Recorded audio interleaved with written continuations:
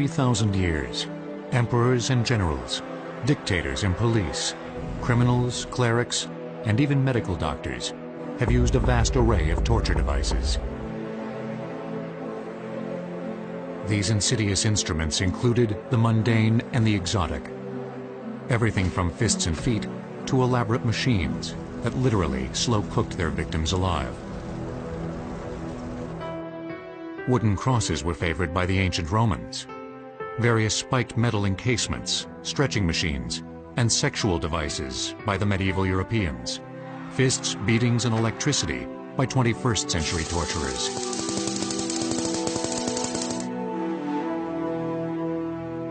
When it comes to a definition of torture and torture devices, there is little disagreement among experts. Under the UN Convention Against Torture, which was passed by the General Assembly in 1984, torture is defined as cruel, inhuman, or degrading activities against an individual for the purpose of extracting information or punishment or revenge or intimidation. A torture instrument is essentially any instrument that's used to inflict forcible pain on a human being. What kind of person tortures another human being? And who among us would be inspired to create an instrument of torture and then actually use it? People often imagine that the torturer is some sort of psychopath. But in fact, torturers can be highly educated people who come out of universities, who have studied music and art and philosophy, and they can also be brutal people who come out of the prisons and are used by the state to act as torturers. Over the past decade, the United Nations has openly denounced the use of any torture for any reason by any nation state. But what about cases like the capture of the Al-Qaeda military commander, Khalid Sheikh Mohammed? A man who was one of bin Laden's closest associates and Al-Qaeda's #1 strategist. Would torture be justified in an attempt to extract vital information from him about future acts of terrorism? Or to gain the names and locations of other terrorists in his vast network?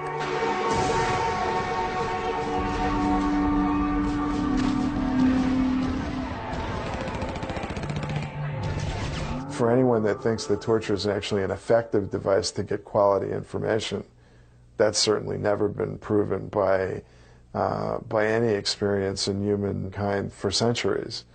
Torture gets people to say anything to make the pain go away. Experts tell us that the same is true when it comes to extracting confessions to a crime. Confessions extracted under torture are notoriously bad. I can get anyone to confess to anything. If you give me enough time, I bet you I can get you to confess to anything I want you to confess to. It's just a matter of time because people have a breaking point. In fact, in early 2003, in the state of Illinois, Governor George Ryan commuted the sentences of prison inmates whose convictions were largely based on confessions extracted as a result of torture. Torture that included electronic shocking devices. These electronic immobilization devices, or EIDs, were originally developed in the 1970s. They were designed to be used as non-lethal restraint devices for police forces and prison guards who were dealing with dangerous criminals.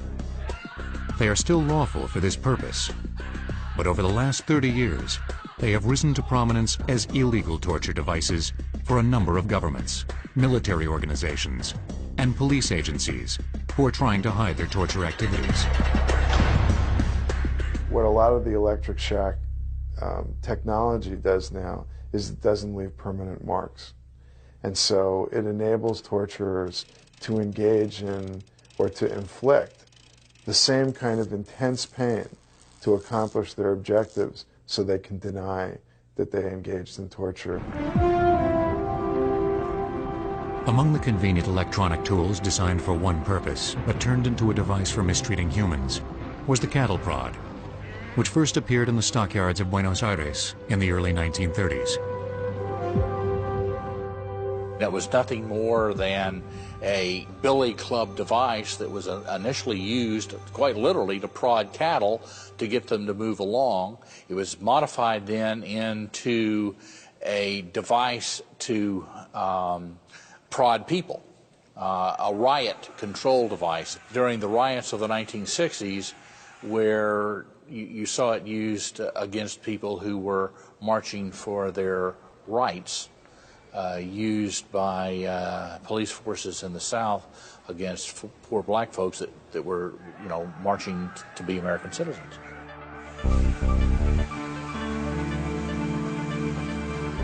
A modern cattle prod delivers a mild shock at the point of physical contact by means of a low-voltage electric current sent across 2 electrodes. Experts say this small amount of electricity does not harm cattle, but it does deliver a reasonably painful shock to the smaller human body. Stun guns are another story. A stun gun is a small, very concealable handheld device that enables an individual who is in close physical proximity to another to deliver a debilitating charge of electricity to them. You actually have to physically make contact with the individual and this device to generally incapacitate them. About the size of a typical flashlight, stun guns have a fairly simple design. They generate a high-voltage, low-amperage electrical charge. The power source is ordinary 9-volt batteries that supply electricity to a circuit that includes multiple transformers. These components boost the voltage in the circuit, anywhere from 80,000 volts to a high of 720,000 volts. Enough electricity to trigger 1,000 garage door openers.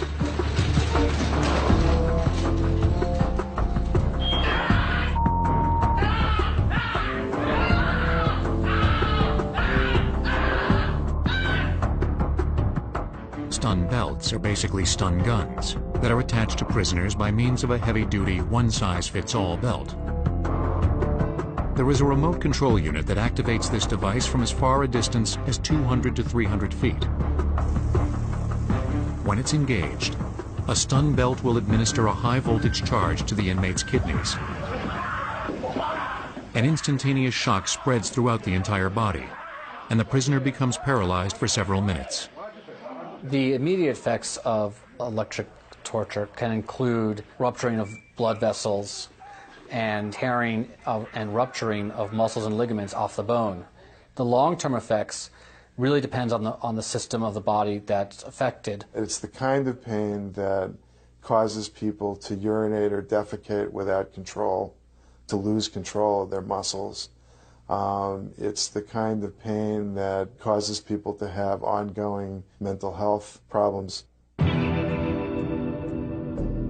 In some countries, these more sophisticated electronic immobilization devices are difficult to obtain. As a result, torturers will use a cheap makeshift version, a couple of high-voltage batteries connected to a few cables or wires. One of the ways that torture has often been perpetrated, particularly against political dissidents, has been the use of electricity where electrical wires have been attached to genitals or fingers or toes or a person's head, using a generator or a battery or any sort of electrical device. Often what happens is that a person is splashed with water beforehand so that the electrical current will run easier into the body. The use of these devices to terrorize, to punish, to extract information and confessions leaves no visible trace. But the torture instruments of antiquity were not so deceptive.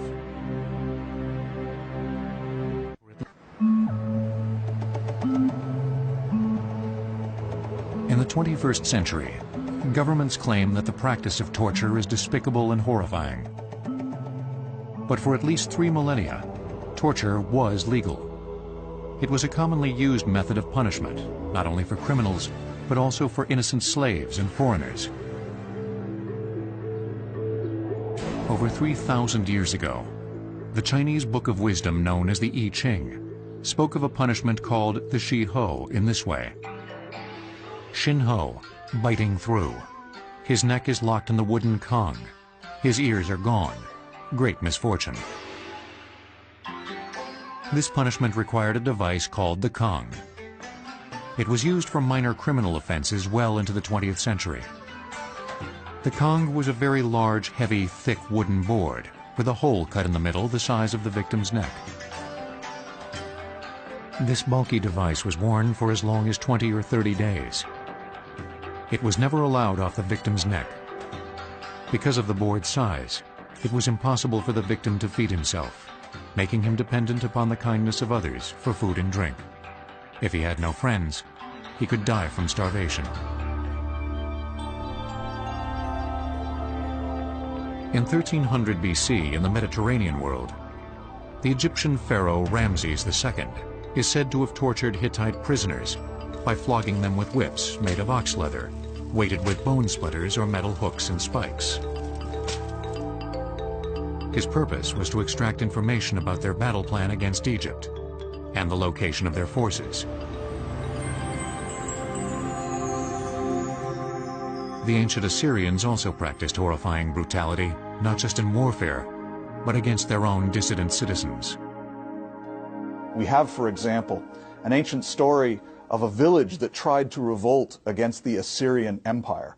And the Assyrians rounded up the leaders of the revolt, flayed them alive, spread their skins on the city walls as a warning.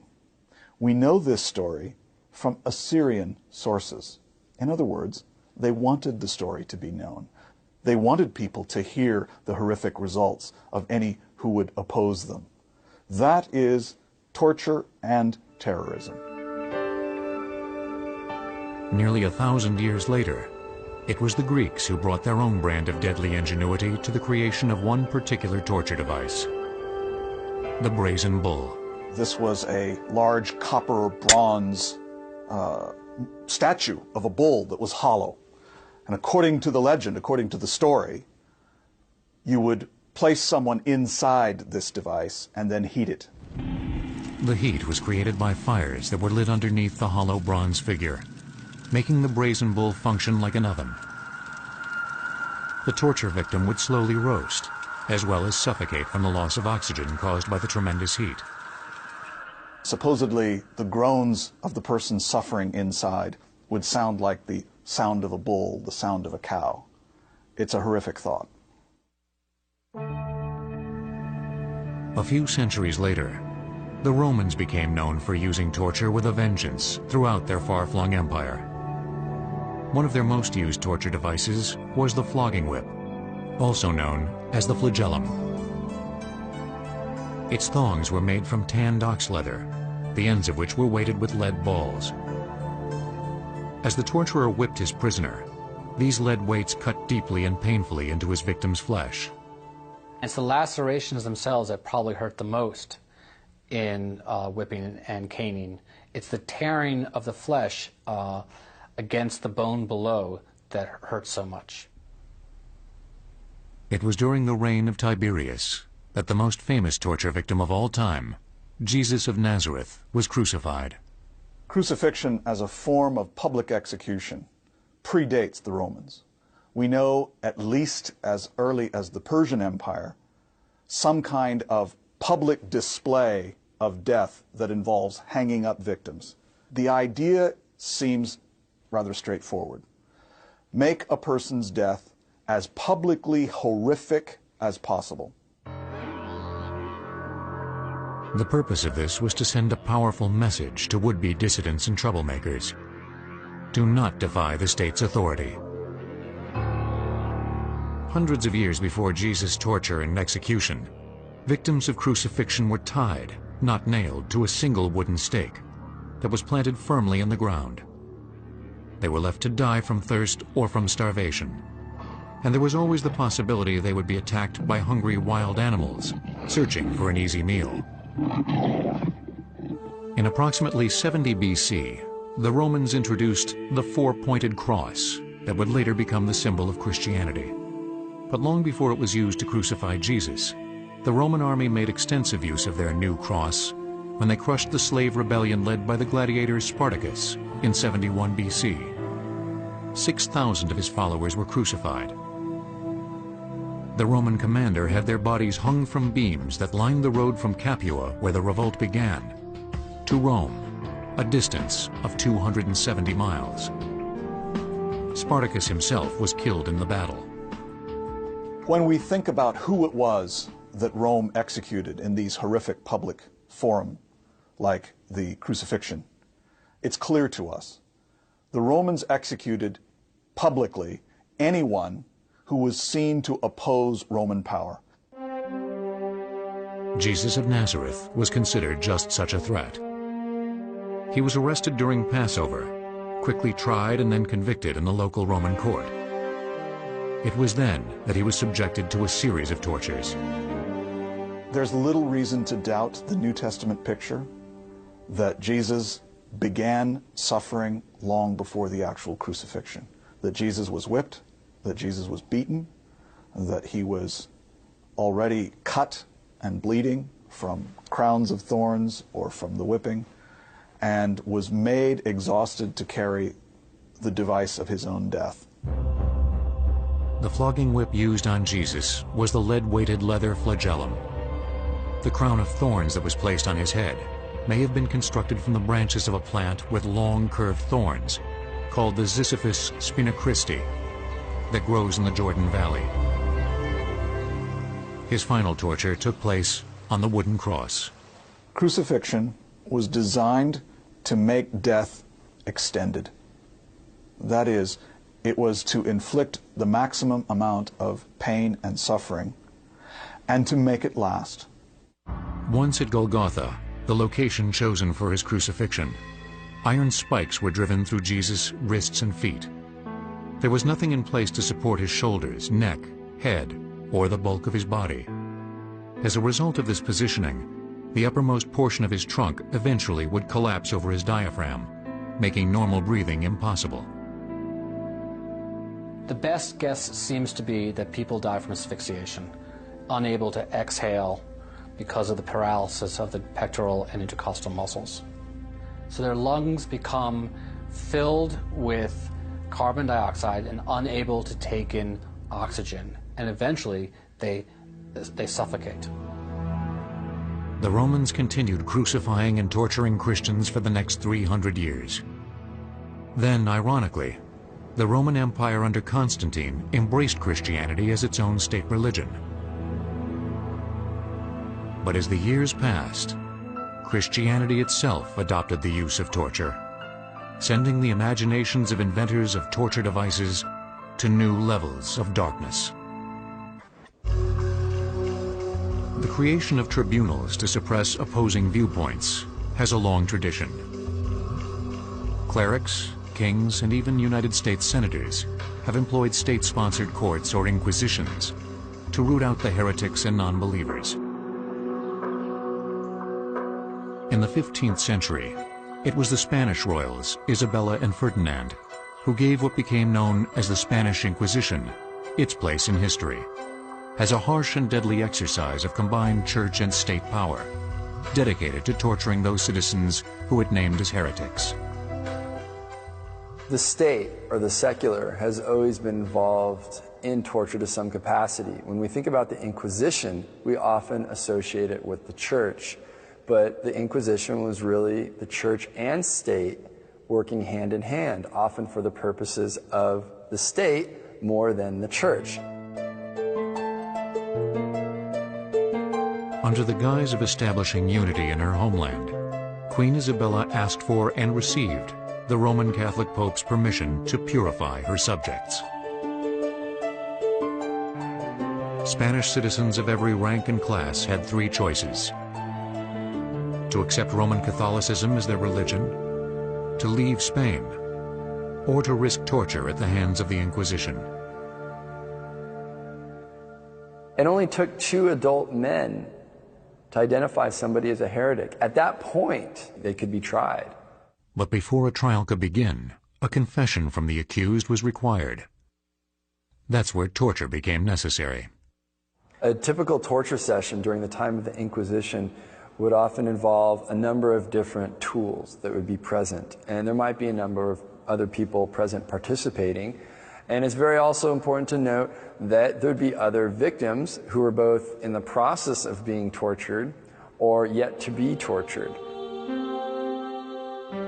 The face of torture during the Inquisition was the Iron Maiden, manufactured in Germany. It was a man-sized container fitted on the inside with sharp metal spikes, a torture device that was well known and deeply feared, not only in Spain, but in all of Europe. There was a great deal of craftsmanship, ingenuity, and knowledge of the human body to produce and design the Iron Maiden. As you open up, you'll notice that these spikes inside are placed in very strategic points intended to miss the vital organs. This was done to ensure the victim would remain alive as long as possible, all the while experiencing tremendous pain and suffering.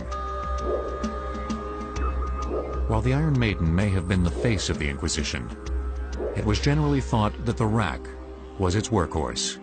The rack is one of the most common forms of torture that we know, in terms that you can use many different methods in your process, in your torture creation. The first element is the crank at the end. Now here is where you would tie the person's feet. You would slowly add more tension to the point of elongating the body. They would be rolled across these spikes that would be much sharper, of course, at the time. And then at this end, the hands would be locked down and really leaving the victim exposed, and often, of course, naked. And at that point, any number of things can be done. If the rack were to continue, there would be potentially ripping of tendons and ligaments and nerve damage that might be chronic and go on forever. People might feel the inability to use their